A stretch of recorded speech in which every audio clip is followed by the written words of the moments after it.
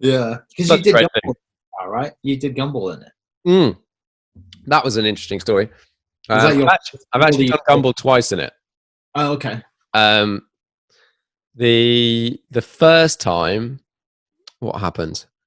I was on with Team Galag, and I was taking photos for them, and it was the one that went from, it was somewhere in the States, and it ended up in Ibiza, maybe like Miami. Miami. Yeah, Miami, Miami. Ibiza, something like that. And I started off with them taking pictures, and James, Mr. JWW, was on the rally as well. I met James for the first time in 2012. That's where we made friends, and we sort of saw each other every now and then, every in between. But he was going to be driving his 458 from Edinburgh, which is where we were flying across to Scotland, driving from Scotland down to Ibiza. And I was going to, essentially, being the photographer for the Team Gaelic guys, they were like, we want you to take pictures of our cars. We want you to have a great time, whatever. But like, you're not tied down to, you have to travel in one of our cars or whatever. James was friends with them as well. And so what the initial plan was, I was going to jump in with James in Edinburgh in his 458. His 458 got a puncture the day before. So we're all in America. He finds out it's got a puncture. He left it. So we get to Edinburgh, and one of the guys, I can't remember where we landed at this airport, sort of near west of Glasgow. I think it's near Trump's golf course now, actually. I can't remember what it's called. And one of the guys, one of the Gumballers, had decided he didn't want to fly on the Gumball Airlines because everyone on the Gumball Airlines essentially flies economy. And he was like, nah, I'm not about that. So him and some of his mates got a private jet. As you do. As you do. Unless they possibly got on a normal commercial flight and went first class. But I think they got a jet. And his car was this Daytona coupe, like replica. He owns one of the original Shelby Daytona coupes. He was going to bring the original, and then his teammates were like, don't do that, it'll break. Like, this is really, really, really valuable. Yeah. So he had a replica made, and this car landed at this airport. He landed in Edinburgh, and they were like, okay, we need to get the car from this airport to Edinburgh. So obviously everyone's like, oh, me, I'll drive it. I managed to, as being one of the few English people in this squad, so I was like, I can deal with driving on the left. And then I managed to sort of elbow myself up to the top of this list to drive this Cobra, because at the time I had my GT3 and a bit of experience driving these things. That car was unbelievable. One of the funnest shit boxes I've ever driven. Like, as a driving experience, it was amazing. Like, this side exit exhausts, this V8, just like crazy long bonnet, you're cruising through. But in terms of like a mechanical object, it was like really awful. The handbrake didn't work. So I don't know whether you know Edinburgh very well, but it's got loads of hills. Like, sure. Hills going up to traffic lights. So you're going up the hill up to a traffic light, and it goes red, and your handbrake doesn't work. And you're like, well, what do I do in this scenario? Do I drive at like half a mile an hour from like 300 meters away and try and time it? Or like, do I hold it in gear, just like on the edge? That was an interesting experience. But I drove this car, got to Edinburgh. The plan was to jump in with James. His car had a flat tire, so like, okay. And then I think I'd fallen out with one of the crew members at this point in time, because he was just a dick. That was it. I think he was just really annoying. I don't think I was I'm sure I'm a bit friendlier nowadays than I was when you're young and having a great time. But so I didn't have a car to get to London. So I jumped in with these Americans that had hired a Range Rover. They'd hired a Range Rover Sport, and they had some space in the back. But they'd never driven a right-hand drive car, and they'd never driven on the left. So straight away, these guys are having the best time of their life. They're on Gumball. Woo! And we're driving out of Edinburgh, and they're just all over the shop on the road. Like, haven't got a clue. They kept getting really close to the curbs on the left. Like, if you've ever driven on the other side of the road, you'll know like that's the problem. It's the distance on the other side of the car, and you know, we kept in the back. It was me and Rich Walton. I don't know whether you've come across him. Yeah, he's from Wales, right? He's a Newport boy. Yeah. Yeah. And we're like, guys, can you just like be careful and stay away from the curb? Like, just make a conscious effort to drive down the middle of the road, put your wheels on the white line, and we'll all be fine. Well, 60 miles an hour, boom, boom. Both outside tires on the curbs. Like, that sounded a bit weird. I kind of want to go to sleep, but what's going on? I think I'm going to die. Anyway, like 20 minutes later, we're driving down the motorway, and I noticed the guy that's driving has got his like hands at sort of, well, the steering wheel was meant to be straight, but I would say it was like 11 and 3 or 10 and 2 or something. But the car's going in a straight line. I'm like, excuse me, is the car not driving straight? It's like, no, it's not driving straight, but it's fine. It's not fine, is it? This is not a safe situation. We pull over. It's got 2 flats or 2 slow punctures. So we spend the next, whatever it is, 5-6 hours to London, stopping every hour to put some air in the tires. Get to London. I couldn't run far enough and fast enough away from these people. Catch James in the hotel that night, and he's like, well, why don't we, like, my car's bust. I can't use my car.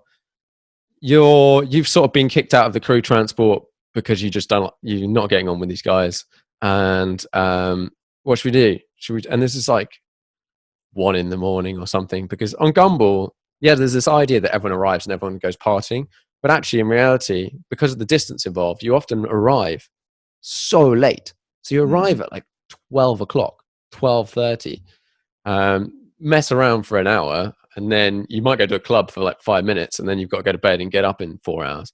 Yeah. So James was like, why don't we take your car? I was like, that's an interesting idea. That is an interesting idea. So I talked to the other guys on the team and said, do you mind if we take my car? They're like, yeah, whatever. Yeah, why not? No. Like, no biggie.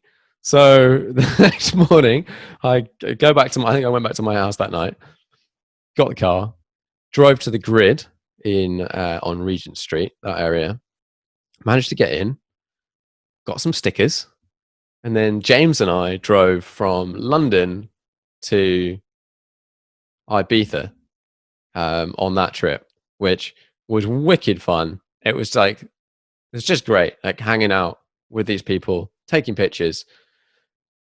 That in itself is really difficult. Driving your own car on something like that and creating media and editing and trying to sort of maintain some semblance of sanity is just a load that I think it looks easy to most people. You go, oh, you're taking these pictures and stuff, and you're just having a whale of a time, but it's crushing. So we've started after the GUMBALLs, the Team Galag guys have started doing these trips. They started calling it the Galag Ball, and it was essentially another road trip after the GUMBALL. Like, who thought of that as a good idea? But we're all in these places. So this year we were in Ibiza, and they're like, well, one of the guys was in his P1 and it needed to go back to McLaren in London. So it was like, well, why don't we do a road trip from Ibiza, because this is where our cars are, to London? Okay, we've just finished this. We're wrecked. They're like, yeah, okay, we'll wait a day and then we'll drive back. And so we started doing these trips after, and that was the sort of start, I think, of this thing that then turned into the snow tour. It's been the desert tour and all this stuff, is just getting a bunch of mates to drive where you want to go. Don't do it with 100 cars.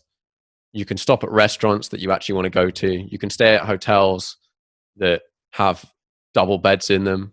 Like, quite often on GUMBALL, because they've taken out all the rooms in the hotel, you'll have a double bed but shared between 2 guys or whatever, which like is fine. It's okay. But it's not okay if you spent 30 grand a week. 7 days of mayhem and you spend 30 grand on it, and you've also got to work. Yeah, exactly. So yeah, then we started doing these trips. But was the next time the GT3 came out was we did, where was it? It was London. It was a UK one, and then it ended up in Romania. I can't remember where it was. It might have been London. Anyway, 2 weeks before the rally, the organisers, they normally get in touch literally at the last possible moment. I don't know why, and say like, "Hey, do you want to come take photos?" You're like, "Yeah, cool," but they hadn't this year, and they'd been pushing it back, even though I'd talked to them about it a lot. And then the Team Gala guys, 2 weeks before, were like, "Oh, why don't you come with us?" I'm like, oh, that sounds fun. I was like, "Okay, what do you want me to do? Do you want me to drive a luggage truck or go in the support crew or whatever?" And they're like, "I'll just find out if there's another space." So, so I called up the girl, "Do you have another space?" I'm like, "Yes, obviously we do, for the price of whatever it was that year." Yeah. And they paid for my entrance fee, which was just unbelievably generous. Yeah. They're absolutely amazing. They're just the nicest, most genuine people. So kind. And so I did it that year with a guy called John Markar. James did it with Seb. I think he was with Seb for most of it in their Lotus. Did not envy that one in a Lotus Elise with a stupidly loud exhaust. They had headsets for it, didn't they? Yeah. But like, even then, even then, it was quite shocking. With the Yugo as well. Didn't they have a Yugo for a Yes, little bit? yes. We had some Yugos, like 4 Yugos and all sorts of stupid stuff. Mad. I can't remember what other cars we had that year. Just a bunch of mad stuff. Oh, the TG3. So it was like an AMG GT with a GT3 body kit on it. Yeah. Allows car. But we drove to Romania, decided that Romania was really sketchy. One of the guys had a gun pulled on him that afternoon. Yeah. Which that's a bit. I don't think Romania in itself is necessarily super sketchy. It's just if you turn up in a bunch of supercars, it's just the disparity of wealth is just so vast that you're just shoving it in anyone's face, and it didn't feel like you want to be there. So we left the next day. We drove all the way to Romania, and then we left the next day on one of the fastest bits of driving. And I don't think anyone.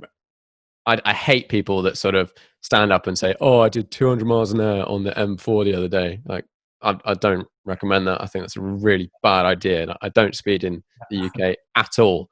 But it was just in Romania. There didn't seem like there was any rules at all, and we were so like tired and dead. We were like, "Okay, well, let's just get out of here," and we just hot-footed it across Eastern Europe back to sort of civilization as we thought.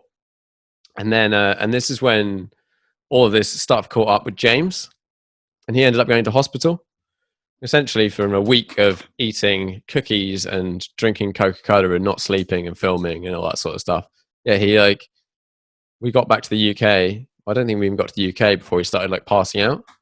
And Rich ended up driving his car, and James ended up on the side of the road when he was trying to drive home after we'd got back to the UK, like blacking out. He couldn't see. Oh shit! It was just like that. I think that's probably the most accurate example of how draining these things can be on you if you're trying to do all of this stuff. Like, to survive a gumball, you've got to eat well, sleep as much as you can, and just drink like a lot of water and do all that. And then you'll still be really tired, but you'll probably be okay. If you try and, like most people, I don't know about you, whenever I go on a road trip, I'm more inclined to drink soft drinks, eat rubbish food, like get takeaways. Haribo's, you got Coke, Haribo's. Exactly. Yeah, you don't eat an apple, a banana, and drink a gallon of water every day, do you? Yeah, exactly. You just smash all the stuff that's not very good for you. And that's a lesson I've learned over the years in terms of doing a lot of these sorts of rallies, working on them and in different forms, is I now eat all the time, and I try and eat as sort of healthy and don't drink too much, and like generally do that. And I've found that you can get by with very little sleep. Like, you can get by on like 3 hours sleep a night or something for a week if you eat a lot of the right stuff and drink lots of water and all of those sort of things. It's amazing your body's capacity if you give it the fuel to do it. Otherwise,